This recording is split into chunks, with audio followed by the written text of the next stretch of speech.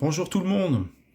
Aujourd'hui, c'est toujours Ifi Grominet qui vous parle, et pas Tortue Géniale, malgré les apparences.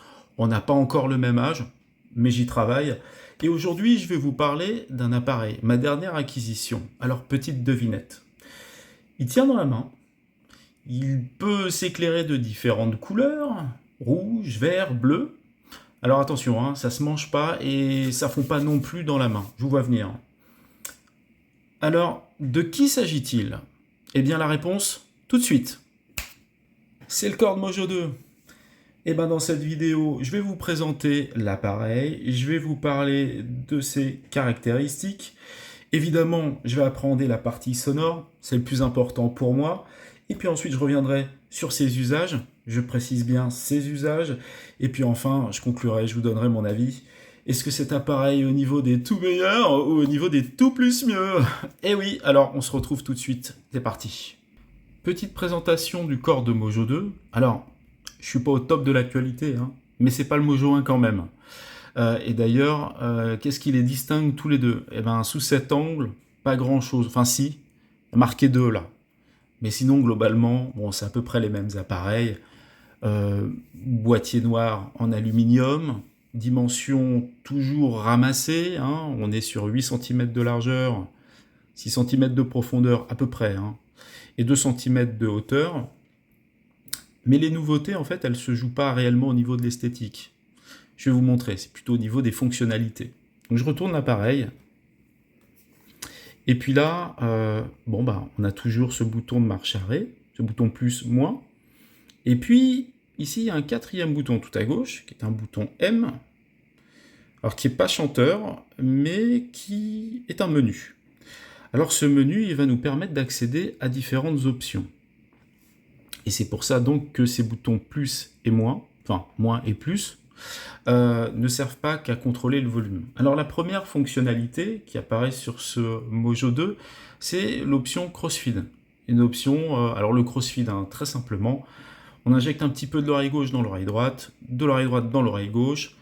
Ça donne une scène sonore, une image sonore un peu plus ouverte. Au papier, on est censé se rapprocher d'une scène sonore qui se rapprocherait un petit peu des enceintes, à l'écoute au casque. Bon, faut avoir de l'imagination.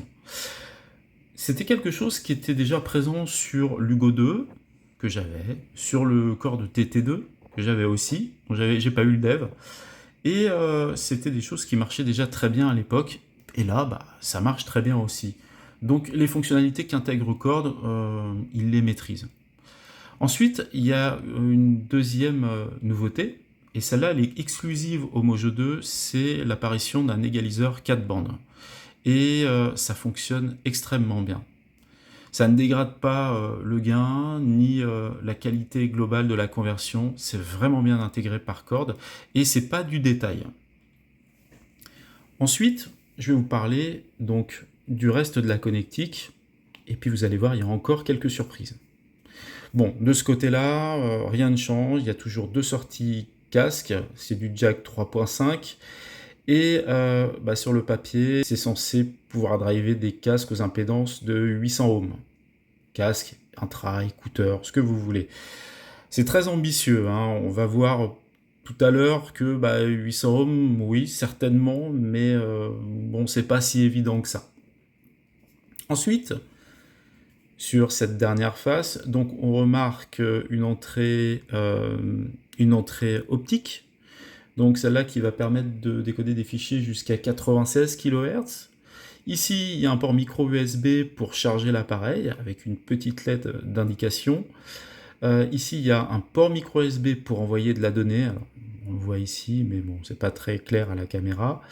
Et là, on peut lire des fichiers jusqu'à 768 kHz, DSD compatible, etc. La même chose ici, mais ici, c'est une nouveauté. C'est un port, c'est une entrée USB type C, et c'est fort pratique. De nos jours, c'est fort pratique. Ici, on a une entrée coaxiale en jack 3.5 qui va nous permettre de décoder des fichiers jusqu'à 768 kHz.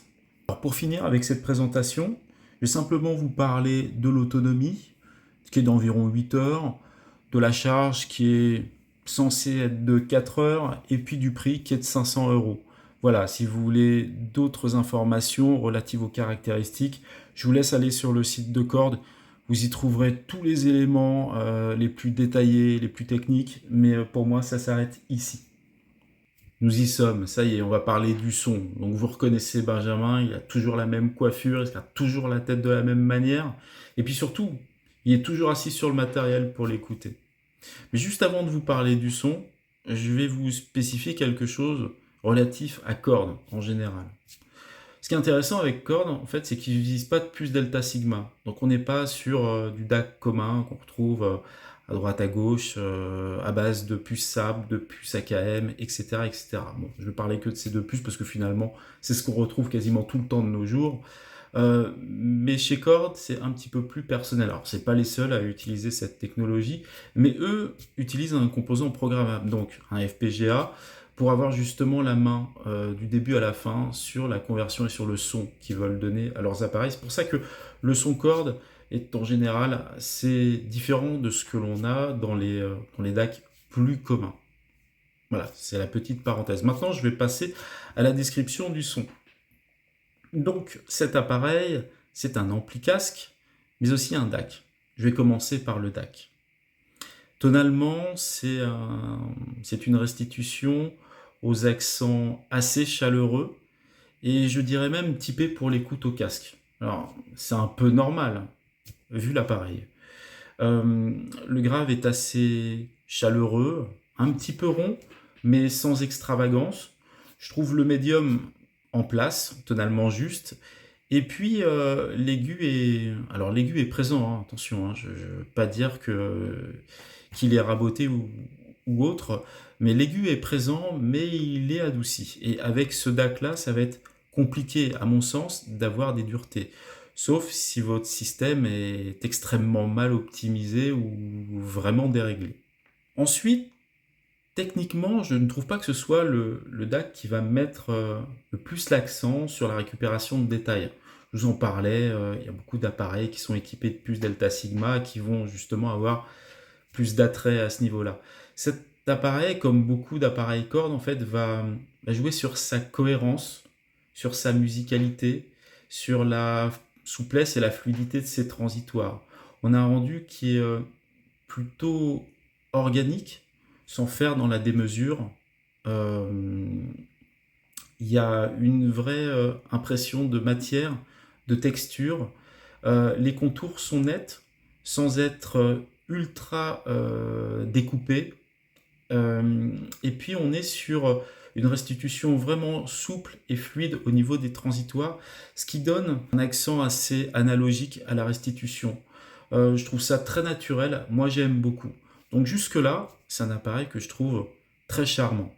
Le défaut de cet appareil, le défaut de ce DAC, et finalement c'est un défaut que je retrouve aussi sur les autres appareils Cord que j'ai pu écouter ou que j'ai pu posséder, notamment l'Hugo 2 et le TT2, c'est ce manque au niveau de l'image. Avec ce Mojo 2, j'ai une image qui reste, lorsque je l'écoute aux enceintes, confinée entre les deux haut-parleurs, et puis j'ai pas vraiment de sensation de profondeur, j'ai pas de sensation d'étagement des plans. Alors effectivement, j'ai une stéréo qui fonctionne, j'ai une scène 2D qui est bien organisée, mais je n'ai pas cette sensation d'étagement des plans et de profondeur. Ça donne ça.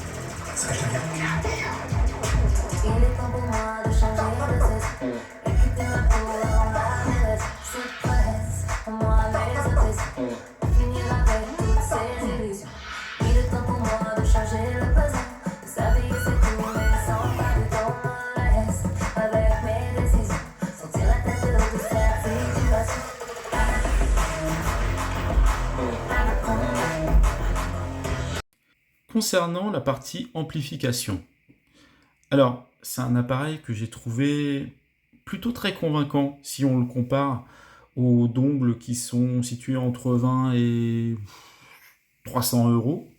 Alors, je suis pas très amateur des dongles.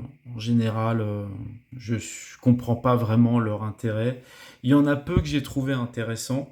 Et c'est pour ça que j'utilise des dongles à 20 euros parce que globalement, les différences sont pas intéressantes à mon oreille. Mais là, avec ce Mojo 2, ça va plus loin. Je l'entends, c'est clair, c'est évident, c'est plus puissant. Le DAC est beaucoup plus performant. Et bah, la grande qualité de cet appareil, je le disais, c'est quand même son DAC. Sur la partie de l'amplification, il y a de la puissance. Euh, je dirais que c'est dimensionné pour des casques qui se situeraient entre de l'entrée et du moyenne gamme. J'irais jusqu'à 500 euros, pas plus. Après, je pense qu'il faut penser à monter en gamme. Pourquoi pas un Hugo 2 ou d'autres appareils. Le marché regorge de propositions intéressantes dans ces gammes-là.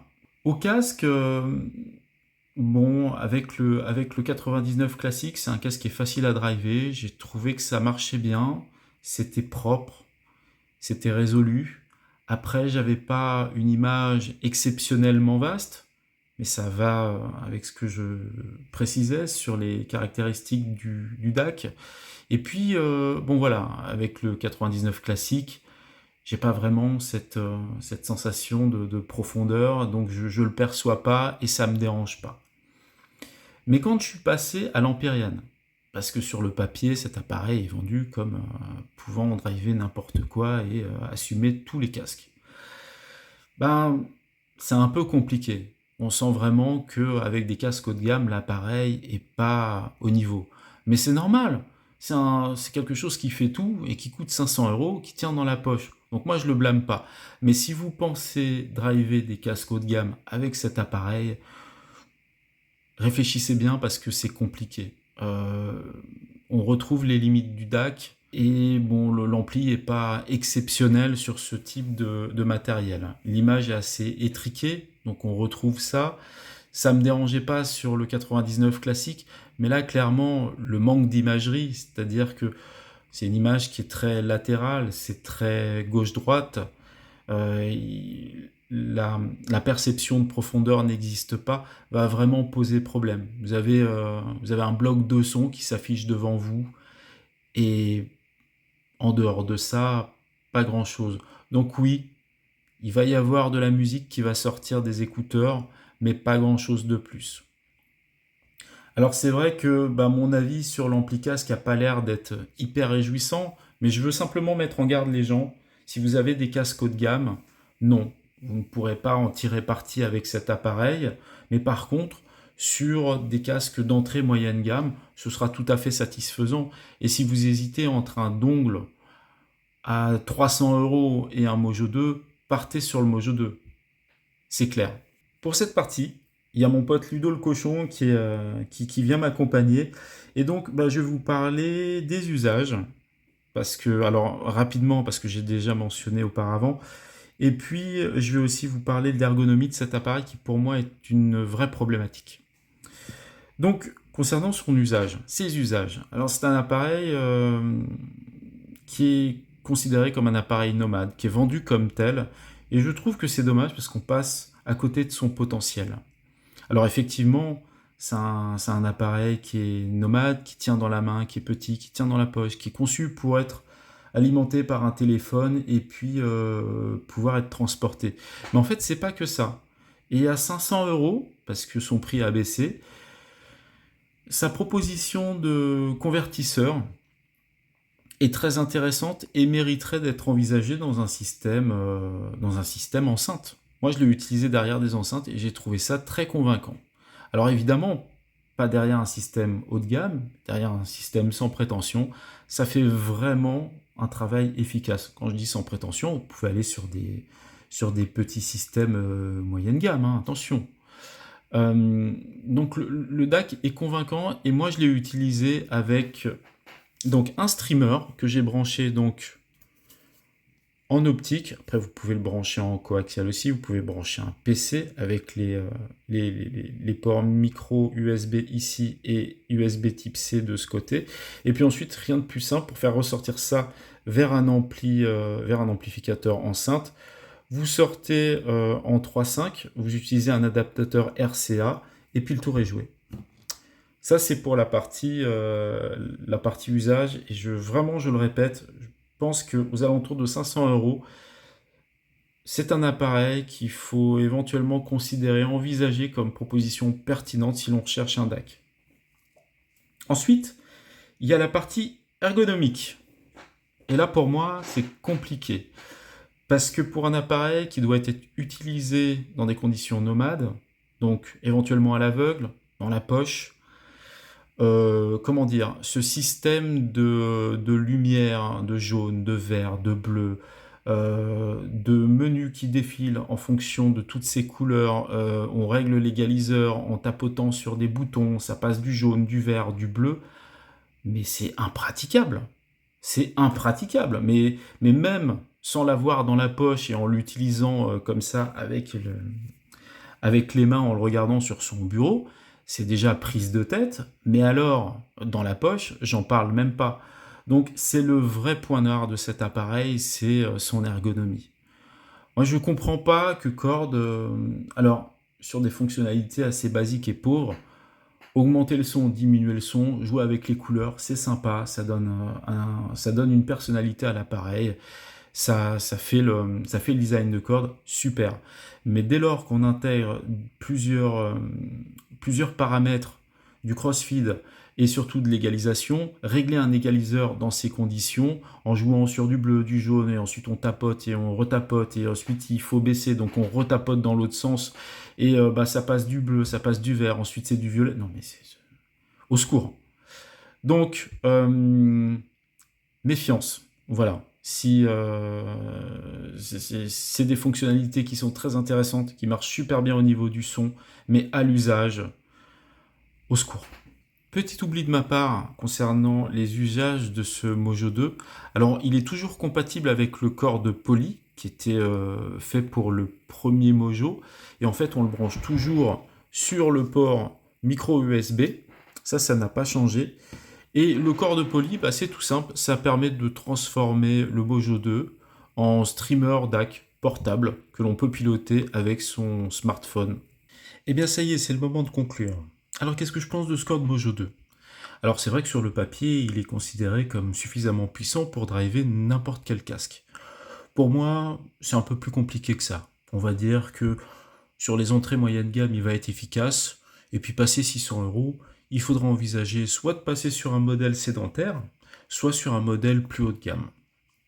Ensuite, si on le compare au dongle à hauteur de 300 euros, pour ceux que j'ai pu écouter, c'est un appareil qui va plus loin.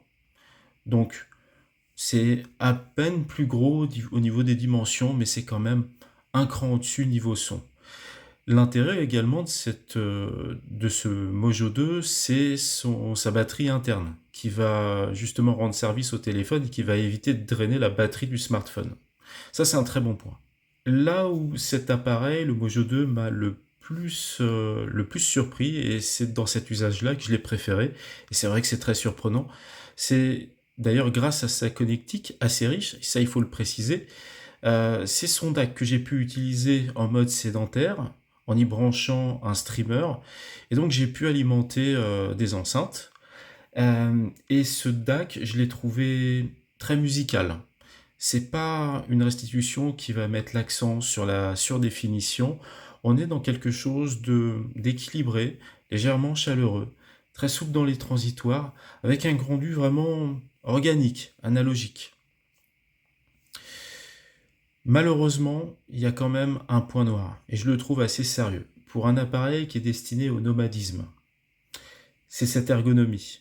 Cette ergonomie qui est effectivement plutôt chatoyante lorsqu'on la regarde, avec ses pastilles qui s'allument de toutes les couleurs possibles, mais à l'usage, c'est impraticable. Surtout que Cord a amené de nouvelles fonctionnalités avec ce 4e bouton, M, l'égaliseur, qui marche très bien, CrossFit qui marche très bien aussi, mais cette ergonomie est impraticable. J'imagine l'usage en conditions nomades avec l'appareil dans la poche. Donc, c'est un appareil que je recommande pour sa pertinence concernant sa conversion. C'est un bon appareil si on envisage un dongle. Et puis sinon, merci d'avoir regardé ma vidéo. Si vous appréciez mon contenu, n'hésitez pas à vous abonner, à commenter et surtout à partager. Ça aide ma chaîne. Allez, à bientôt pour un nouveau test.